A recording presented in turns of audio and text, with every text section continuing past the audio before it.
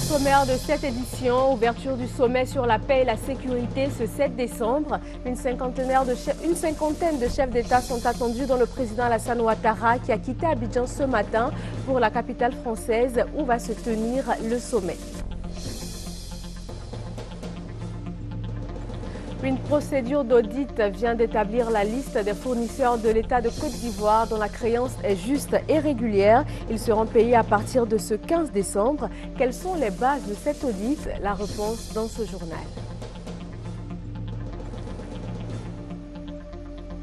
Une journée internationale pour favoriser l'intégration des personnes handicapées. Elles sont 1 milliard dans le monde à vivre sous le seuil de la pauvreté.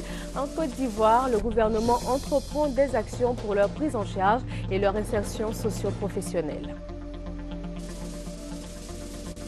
Et puis en Centrafrique, des renforts militaires français et africains sont attendus pour renforcer la sécurisation des populations. Bonjour à vous et bienvenue dans le 13h sur RTI 1.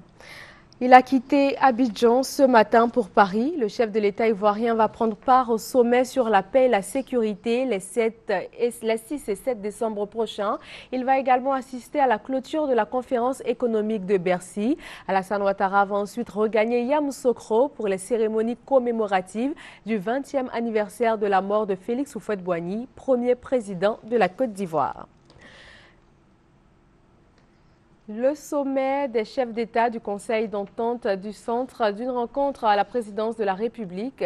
Le secrétaire exécutif du Conseil, Patrice Kwame, a fait le point au président Alassane Ouattara. Le sommet va se tenir le 17 décembre prochain dans la capitale nigérienne, à Ouattouré. Le sommet des chefs d'État du Conseil de l'entente va se tenir le 17 décembre à Niamey, au Niger. Le secrétaire exécutif de cette organisation sous-régionale est venu faire au chef de l'État le point des préparatifs de cette rencontre au sommet. Les chefs d'État ont décidé de réhabiliter le Conseil d'entente depuis décembre 2011. Nous avons consacré l'année 2012 et l'année 2013 à ce travail de réhabilitation et les choses progressent. C'est justement de ça que les chefs d'État vont parler le 17 décembre prochain à Niamey. Le Conseil de l'entente qui regroupe le Bénin, le Burkina Faso, la Côte d'Ivoire, le Niger et le Togo est dans une phase de renaissance après une longue période de léthargie. Une délégation japonaise séjourne en Côte d'Ivoire pour une prospection du marché des affaires. Ces hommes et femmes d'affaires japonais ont été reçus par le chef de l'État Alassane Ouattara. La mission d'affaires vise également le renforcement de la coopération entre les deux pays. C'est ce que nous dit Ouattouré. La mission conjointe de haut niveau, secteur public et privé, est une initiative du Premier ministre du Japon, Shinzo Abe. Il s'agit pour ces chefs d'entreprise de venir s'imprégner de l'environnement des affaires dans le cadre de la promotion des investissements et du commerce entre la Côte d'Ivoire et le Japon. La Côte d'Ivoire et surtout Abidjan était un endroit très cher pour les entreprises japonaises dans le passé. Ils ont leur bureau de représentants ici pour couvrir leurs activités dans cette sous-région. Malheureusement, ils ont dû réduire leurs activités ou même fermer leurs bureaux dans la turbulence qu'a connue ce pays pendant la dernière décennie. Mais maintenant, avec votre leadership, le paix est revenu dans ce pays et la croissance économique a été reprise. Donc il est bon temps pour les entreprises japonaises de penser à la possibilité de redémarrer leur activité ici. Le président de la République, Alassane Ouattara, a indiqué au cours de cette rencontre que la Côte d'Ivoire est prête à offrir aux investisseurs japonais un environnement propice aux affaires. Nous avons pris des décisions très fortes en ce qui concerne le milieu des affaires, la gouvernance juridique, mais également l'environnement des affaires. Au plan macroéconomique, le pays est donc très attrayant au plan de la stabilité économique et de la stabilité financière, en plus de la stabilité politique. Donc je me réjouis de cette rencontre pour vous dire que notre pays souhaite développer des relations encore plus étroites avec le Japon. Et j'ai vu avec quelle détermination le Premier ministre Abe lui-même veut également développer les relations avec le continent africain. J'ai indiqué à monsieur l'ambassadeur que nous souhaitons que la Côte d'Ivoire soit une porte d'entrée pour le Japon.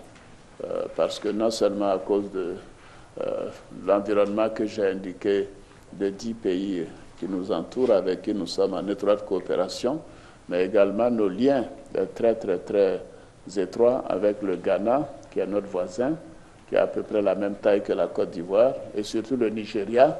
Donc en vous intéressant à la Côte d'Ivoire, vous vous intéressez en réalité à toute l'Afrique de l'Ouest, qui fait plus de 300 millions d'habitants, et c'est un marché formidable, avec des pays dans l'ensemble qui ont un taux de croissance moyen de 7%. Forte de 50 hommes d'affaires, cette délégation de haut niveau est conduite par Akira Kuno, directeur général adjoint Moyen-Orient Afrique du ministère des Affaires étrangères pour le secteur public, et le vice-président de Mitsubishi, Sachio Kaneki, pour le secteur privé. Quelle contribution du secteur touristique dans le développement des États? Le 14e congrès de la Fédération inter-États des syndicats et des agences de voyage et de tourisme d'Afrique de l'Ouest et du Centre va plancher sur la question. Les enjeux de ce congrès ouvert hier à Abidjan avec Michel Digré. Le tourisme international a atteint en 2012 le cap de 1 milliard de touristes internationaux avec des niveaux de recettes de plus de 1000 milliards de dollars US. Cette croissance mondiale génère des retombées très importantes pour les principales destinations en termes de revenus et de création d'emplois. Le 14e congrès de la Fédération inter-États des syndicats des agences de voyage et de tourisme de l'Afrique de l'Ouest et du Centre est une opportunité pour réfléchir sur la contribution du tourisme à l'émergence économique des États membres de cette organisation. L'existence d'agences de voyage aux côtés des structures étatiques de l'aviation civile permet de fluidifier les déplacements afin d'éliminer ou à tout le moins d'atténuer les désagréments susceptibles d'être liés au voyage. Apportez votre expertise à la construction exaltante de l'émergence en Afrique.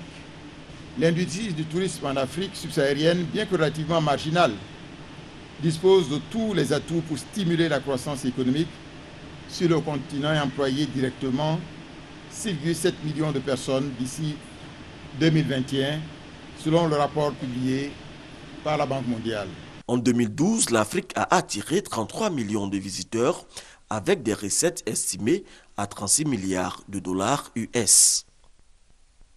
Au chapitre économie, Abdourahmane Cissé, désormais ministre auprès du Premier ministre chargé du budget, a reçu officiellement les dossiers de son ministère. La passation de charge avec Nialé Kaba, ministre auprès du Premier ministre chargé de l'économie et des finances, a eu lieu hier lundi. Gabriel Zani.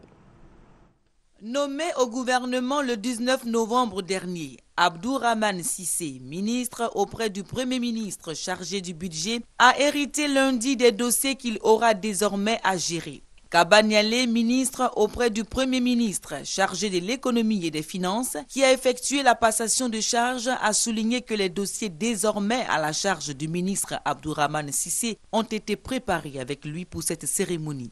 Rappelant à l'occasion que jusqu'au 19 novembre dernier, jour de sa nomination, il était son directeur de cabinet, donc un de ses proches collaborateurs. Leur collaboration, les deux ministres la veulent fructueuse.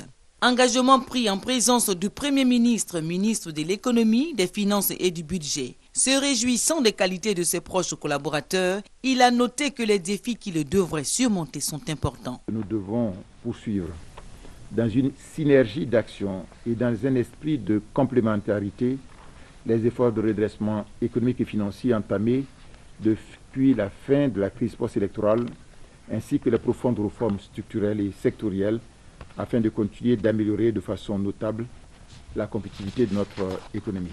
Je voudrais donc vous engager à nouveau à vous inscrire résolument dans une démarche non seulement de performance, d'efficacité, mais aussi, et je le souligne, d'innovation, afin de relever ensemble le défi d'une économie ivoirienne à nouveau prospère pour le bien-être de l'ensemble de nos concitoyens. L'heure doit donc être résolument au travail, à la cohésion, à la solidarité.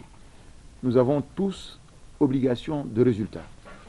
Aux ministres nouvellement nommés ou confirmés dans leur charge, le Premier ministre a annoncé la tenue de réunions régulières pour rapidement traduire dans les faits les orientations et instructions du président de la République afin de répondre au mieux aux attentes légitimes d'amélioration des conditions de vie des populations ivoiriennes. La liste des fournisseurs de l'État ivoirien qui vont être payés est affichée dans les différents postes comptables depuis hier lundi. Sont concernés ceux dont la créance a été confirmée par l'audit réalisé. À partir du 15 décembre prochain, ils pourront percevoir leur paiement. Adama Koné. Règlement de la dette intérieure. Le gouvernement a pris la décision le 14 novembre. Le ministre en charge de l'économie et des finances est monté au créneau le mercredi 27 novembre pour planter le décor et depuis ce lundi matin, le Trésor public est entré en action pour la phase opérationnelle. La liste des fournisseurs dont la créance ne souffre d'aucune irrégularité est affichée. Ici, sur la liste, figurent les numéros, l'exercice concerné, les ministères pour lesquels ils ont presté, les fournisseurs, le nom des fournisseurs, leur numéro de compte contribuable, le numéro du mandat et puis la nature de la dépense.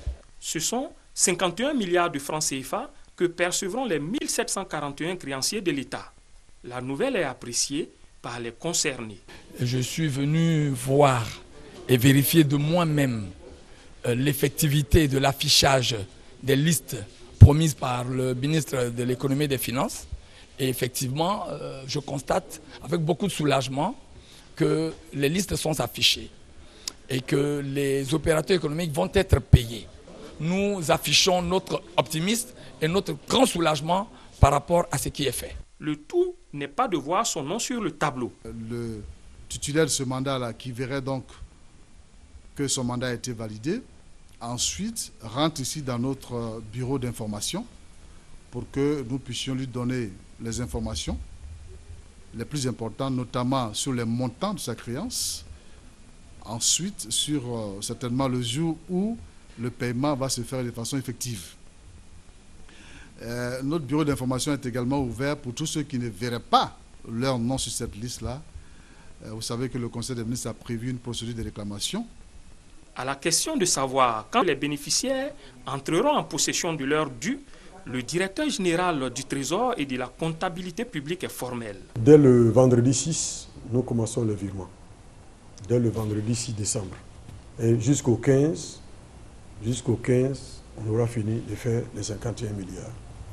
Pour qu'on n'entende plus parler de dessous de table, nous avons décidé, depuis le début de l'année 2013, que désormais, le seul mode de paiement à retenir dans les postes comptables, c'est le virement bancaire. Belle fin d'année en perspective pour ces fournisseurs. Et puis, seuls les fournisseurs dont la dette a été reconnue juste et vraie à l'issue de l'audit réalisé vont percevoir leur paiement. Mais quelle est la base de cet audit? Comment la valeur des différentes créances a-t-elle été déterminée? Adama Koné s'est intéressé à la question. Après consultation du tableau d'affichage, Narcisse Kofi Kwasi n'est pas satisfait. Le nom de sa société ne figure pas sur la liste. Je constate que notre nom n'est pas dedans. En tout cas, je voulais savoir pourquoi. Qu'est-ce que l'État peut faire pour nous? Je voudrais inviter l'ensemble des opérateurs économiques, les fournisseurs, dans leur ensemble pour leur dire c'est une opération délicate, il faut qu'on se calme et que tous ceux qui n'auront pas vu leur nom à l'affichage sachent qu'il y a un moyen de recours et qu'ils peuvent s'adresser à cette structure-là pour obtenir le recours nécessaire. 356 milliards de francs CFA au départ, 92 milliards de dettes aux fournisseurs validées à l'arrivée. Beaucoup de personnes se posent encore la question du mode opératoire de l'audit. Le directeur général du Trésor et de la comptabilité publique livre les étapes du filtrage. La première étape a porté d'abord sur l'existence des pièces justificatives. S'assurer que tout ce qui est dit comme dette, tout ce qui est déclaré comme dette était adossé à une pièce justificative. Première étape. Et ensuite, la deuxième étape, c'était de vérifier la réalité du service fait. Et troisième étape, c'était de vérifier l'exactitude des coûts, la justesse des prix facturés à l'administration.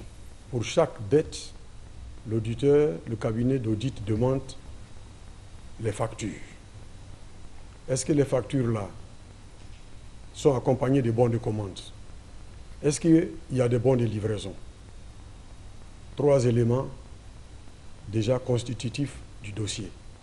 Une fois que ces dossiers sont réunis, il vérifie si les prix qui sont facturés sont des prix conformes à la réalité, s'il n'y a pas de surfacturation. Je vous donne l'exemple d'un split ou bien d'un climatiseur. Chacun de nous connaît un peu le prix sur le marché. Alors, lorsque le prix facturé à l'administration est excessif, l'auditeur le rejette. S'agissant de la réalité du service fait, je vous ai parlé du bon de livraison. À partir du bon de livraison, l'auditeur remonte la chaîne pour aller jusqu'au bénéficiaire pour voir le matériel qui est dit livré. Ils veulent s'assurer pour voir s'il est effectivement livré. Donc c'est à partir de tous ces éléments, on retient ou on rejette. C'est ainsi que le Trésor, avec à sa tête le ministère en charge de l'économie et des finances, compte faire respecter ce qu'on pourrait désormais appeler la trilogie de la dette ivoirienne. La vraie dette, la juste dette et la bonne dette. Une journée internationale pour favoriser l'intégration des personnes handicapées. Elles sont 1 milliard dans le monde à souffrir d'une déficience et à vivre sous le seuil de la pauvreté. En Côte d'Ivoire, le ministère des Affaires sociales met tout en œuvre afin de les intégrer davantage dans le tissu socio-professionnel. Briser les barrières, ouvrir les portes pour une société inclusive pour tous, tel est le thème choisi pour la commémoration de la Journée internationale des personnes handicapées. La présente édition est une opportunité offerte pour aborder l'exclusion dont souffrent ces personnes en mettant l'accent sur la promotion et la défense de leurs droits civils, politiques, économiques, sociaux et culturels. Au plan international et national, des stratégies et des plans d'action sont élaborés en faveur d'un développement qui prend en compte la question du handicap. En effet, environ 1 milliard de personnes dans le monde vivent avec une déficience et souffrent davantage de la pauvreté. Au plan national, le gouvernement a toujours montré sa détermination à favoriser l'intégration sociale de cette couche vulnérable de la population. En outre, les concertations interministérielles ouvertes aux partenaires techniques et financiers et aux organisations de la société civile ont permis de rendre disponibles, en vue de leur adoption prochaine en Conseil des ministres, divers outils sous la forme de documents de politique pour la période de 2014-2016, ainsi que des textes réglementaires en matière de santé, d'éducation-formation et d'emploi des personnes handicapées. Aussi, dans la perspective de consolider le dialogue social comme une approche privilégiée, un cadre de concertation et de suivi des actions en faveur des personnes handicapées a été institué. La commémoration de la présente journée est pour nous l'occasion de réaffirmer l'engagement du gouvernement, mais aussi d'inviter toutes les composantes de la société ivoirienne à donner à nos compatriotes handicapés la possibilité de jouer un rôle actif et positif dans la construction de notre nation. En cette journée qui permet de sensibiliser sur le sort des personnes handicapées, le ministre d'État, ministre de l'Emploi, des Affaires sociales et de la formation professionnelle lance un appel pressant à une vie de dignité pour tous, une société plus équitable qui valorise le vivre ensemble. Parlons tourisme. Comment stimuler les investissements et promouvoir les offres touristiques de la Côte d'Ivoire? Le ministre du Tourisme a rencontré les professionnels du secteur afin d'en discuter. Patricia Omo. Circuit de voyage et promotion de la destination Côte d'Ivoire. La Côte d'Ivoire présente de nombreux atouts qui ne manquent pas de séduire les voyageurs entre plages de sable fin, parcs et réserves naturelles au travers d'une mosaïque culturelle. Tel un miroir, le ministre du Tourisme Roger Kakou partage sa vision avec les acteurs et les professionnels du secteur. Roger Kakou fait du tourisme une priorité nationale, car le tourisme contribue au renouveau économique de la Côte d'Ivoire. Pour les acteurs du secteur, il faut faire la promotion de tous les sites et circuits touristiques existants afin de vendre la destination et atteindre les 500 000 touristes à l'horizon 2020. Ce prix d'excellence que je dois à M. le ministre du Tourisme et à son équipe nous a fait un grand plaisir et un grand honneur. Avis partagé par tous les professionnels réunis dans une ambiance conviviale pour échanger et propulser une nouvelle dynamique au tourisme ivoirien. La France a distingué le secrétaire général du ministère des Affaires étrangères ivoirienne. Claude Béquet a été fait chevalier de la Légion d'honneur, un acte qui consolide un peu plus les relations entre les deux pays. La France exprime sa reconnaissance à un grand diplomate, haut fonctionnaire ivoirien. Claude Béquet d'Assise a été élevé au rang de chevalier de la Légion d'honneur française. L'actuel secrétaire général du ministère d'État, ministère des Affaires étrangères, a un parcours honorable. Major de la promotion de la section de Paris de l'Institut international d'administration publique en 1976, diplômé de l'école normale d'administration, il a servi dans d'importantes représentations diplomatiques ivoiriennes en Europe. Ambassadeur, anciennement représentant permanent de la Côte d'Ivoire aux Nations Unies, à Genève et à Vienne, il a également assuré 3 ans durant les fonctions de directeur de cabinet du ministre des Affaires étrangères, Essi Amara. Je voulais dédier cette distinction à Monsieur le Président de la République. C'est lui qui a été l'artisan du réchauffement de nos relations avec la France. Et aujourd'hui, je suis très heureux et très fier que le gouvernement français, par le biais de l'ambassade de France, ait pu remarquer les petites actions que, sous l'autorité de mes ministres respectifs, j'entreprends pour raffermir les relations de la Côte d'Ivoire et la France. Et je remercie, au travers de l'ambassade de France, le président de la République française. Sa riche carrière, sa longue expérience de diplomate, ses qualités humaines et professionnelles, le chevalier de la Légion d'honneur française les doit à ses proches, membres de sa famille, amis, collègues et collaborateurs qui lui ont toujours, dit-il, témoigné estime et fierté. Son Excellence, M. Claude Béquet d'Assis, a également une pensée pour certaines personnalités ivoiriennes, notamment les ministres Essi Amara, Kablan Dinkan Daniel, Jean Kakou Gervais, Charles Kofi Dibi et Marcel Amontano pour le soutien et la confiance placée en lui. Mettre en place un plan d'action stratégique 2013-2015 pour améliorer l'employabilité des jeunes. C'est à cela que s'emploie en ce moment l'AGEFOP. Elle a initié un atelier de réflexion sur la question. Chantal Eouman, reportage. Dans sa recherche de solutions à la problématique de l'emploi, l'AGEFOP anticipe sur l'amélioration de certains systèmes et l'exploration du futur en matière d'activité et de compétences. C'est le sens de l'atelier de réflexion de Grand Bassam. L'AGEFOP entend élaborer un plan d'action stratégique triennal 2014-2016 en vue de mettre en place un important outil de gouvernance.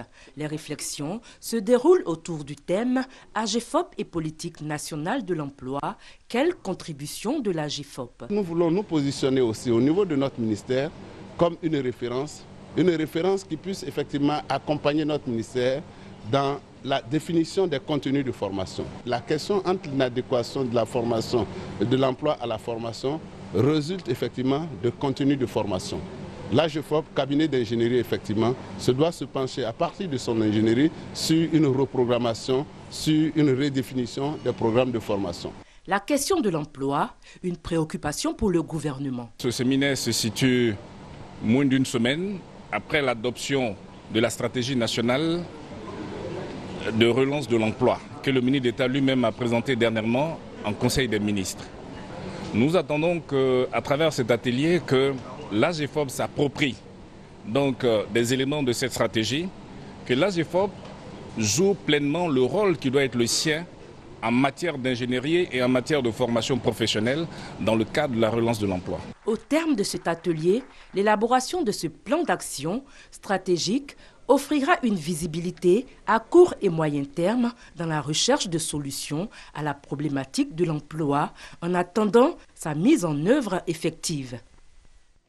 Les technologies de l'information et de la communication TIC, un domaine porteur d'opportunités d'affaires et d'investissement pour la Côte d'Ivoire. Le pays a présenté ses opportunités aux investisseurs. C'était lors du Forum des télécommunications de Bangkok. Lassina Ouattara. Bruno Koné, ministre ivoirien de la Poste et des technologies de l'information et de la communication, un véritable VRP, accompagné des responsables du secteur des télécommunications à Bangkok, en Thaïlande, à l'occasion de ITU Telecom World 2013.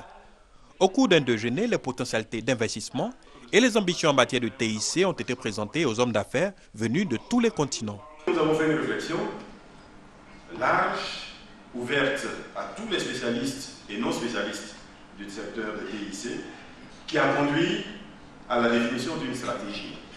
Une stratégie de développement des TIC au service du reste de l'activité de notre pays. En plus de cela, le dynamisme du marché du mobile avec près de 20 millions d'abonnés, le développement fulgurant de la 3G, la construction d'infrastructures, mais aussi les projets sectoriels ont fait l'objet d'un panel.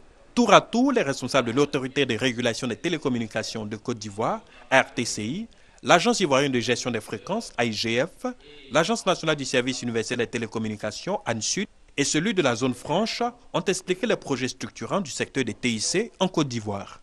Il s'agit entre autres de l'accès au TIC pour le plus grand nombre, le dividende numérique, le cadre réglementaire, sans oublier les avantages fiscaux pour les investisseurs.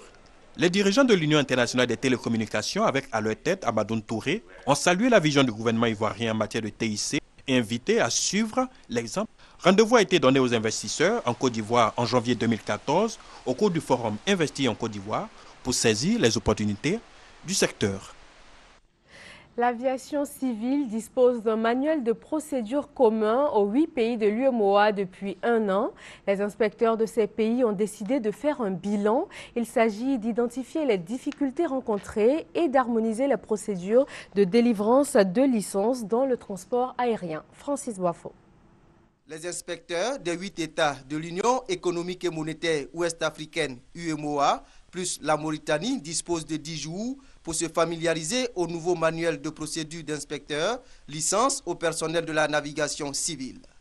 10 jours également pour trouver des solutions à certaines difficultés liées à la délivrance des licences dans le transport aérien. Pour le traitement des dossiers des licences, les authentifications des licences, quand on les envoie dans les États, il n'y a pas de réponse, mais au cours de cette formation, je pense qu'il y aura un accent qui sera mis là-dessus. Objectif visé, harmoniser les procédures de transport aérien dans l'espace UEMOA. Lorsqu'une licence sera délivrée, par exemple au Mali, en ce moment-là, elle pourra être acceptée en Côte d'Ivoire ou dans un autre État, parce qu'ils utilisent les mêmes procédures. Voici un peu l'intérêt de cette formation et de ce manuel. La Côte d'Ivoire attend beaucoup de cette formation des inspecteurs de l'aviation civile. Nous avons un objectif important en Côte d'Ivoire, c'est la certification de notre aéroport. À l'époque, la certification se limitait aux mesures de sûreté d'un aéroport. Aujourd'hui, il y a le côté sécurité. Or, la sécurité, justement, les Américains veulent apprécier l'aptitude des aviations civiles à superviser la sécurité. Et donc, améliorer cette aptitude, c'est marcher dans le sens de la certification.